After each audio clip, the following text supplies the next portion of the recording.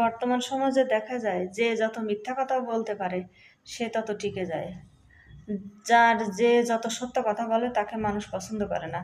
পছন্দ করে না বলতে আমরা সবাই সত্যর মুখোমুখি হতে ভয় পাই। আমরা মনে করি যে সত্যটা সবসময় আমাদের বুকে বিঁধবে, সেটা স্বীকার করে নেওয়ার ক্ষমতা আমাদের থাকে না। এজন্য মিথ্যার জয় হয়ে যায়।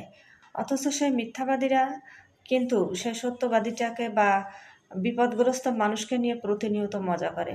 বিপদগ্রস্ত মানুষের কিছু বলার থাকে না, কারণ সে বিপদগ্রস্ত বলেই। আর যদি তার পরিবার তার পাশে না থাকে সেই বিপদগ্রস্ত মানুষটার, তাহলে পুরো বিশ্ব তার বিরুদ্ধে চলে যায়।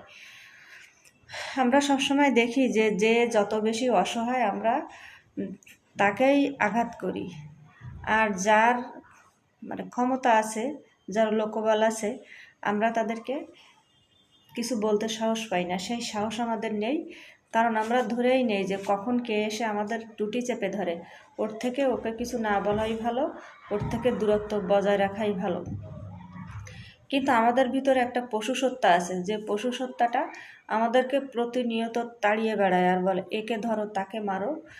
সেই পশুত্বটা আমরা নিবারণ করি যে ব্যক্তিটা ভীষণ অসহায়, আর সেই অসহায় ব্যক্তিটার যে ত্রুটিটা আছে সেই ত্রুটিটা তো আমরা বের করতেই থাকি। বের করে দেখা যাচ্ছে অনেক সময় তার পরিবারে গিয়ে তার বিরুদ্ধে দুটো কথা বলবার সাহস পাচ্ছি, কারণ এই জগতে তার পরিবারের কাছেই তো তার মূল্য নেই। অসহায় মানুষের মূল্য কোথাও থাকে না। সেই মানুষটা কখনো প্রতিবাদ করে না, কারণ জীবন্ত থেকেও অনেকে মৃত থাকে, আর মৃত মানুষ কখনো প্রতিবাদ করতে পারে না।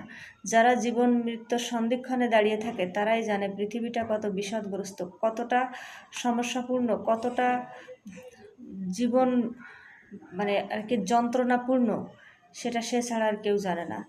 সময় মতো খাওয়া, সময় মতো ঘুম, কোনো কিছুই তাদের জোটে না। তারা এক রাশ দুশ্চিন্তা নিয়ে সারাটা দিন চলতে থাকে। দুশ্চিন্তা ছাড়া তাদের কাছে আর কোনো কিছুই অবশিষ্ট থাকে না।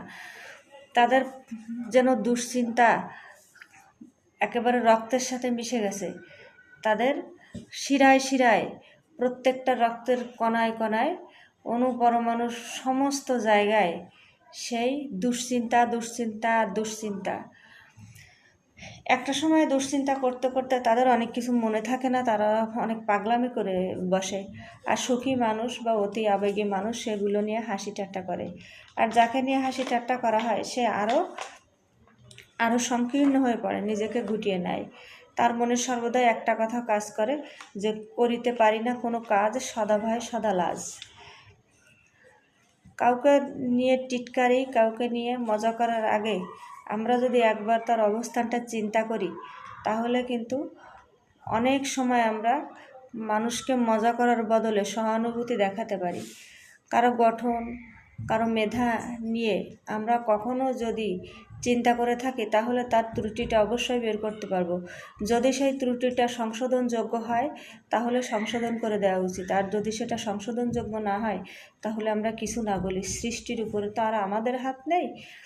সৃষ্টিটা যদি আমাদের হাত থাকতো তাহলে তো আমরা নিজেকে নিজের মনের মতো করে বা অন্যদের মনের মতো করেই গড়ে তুলতাম।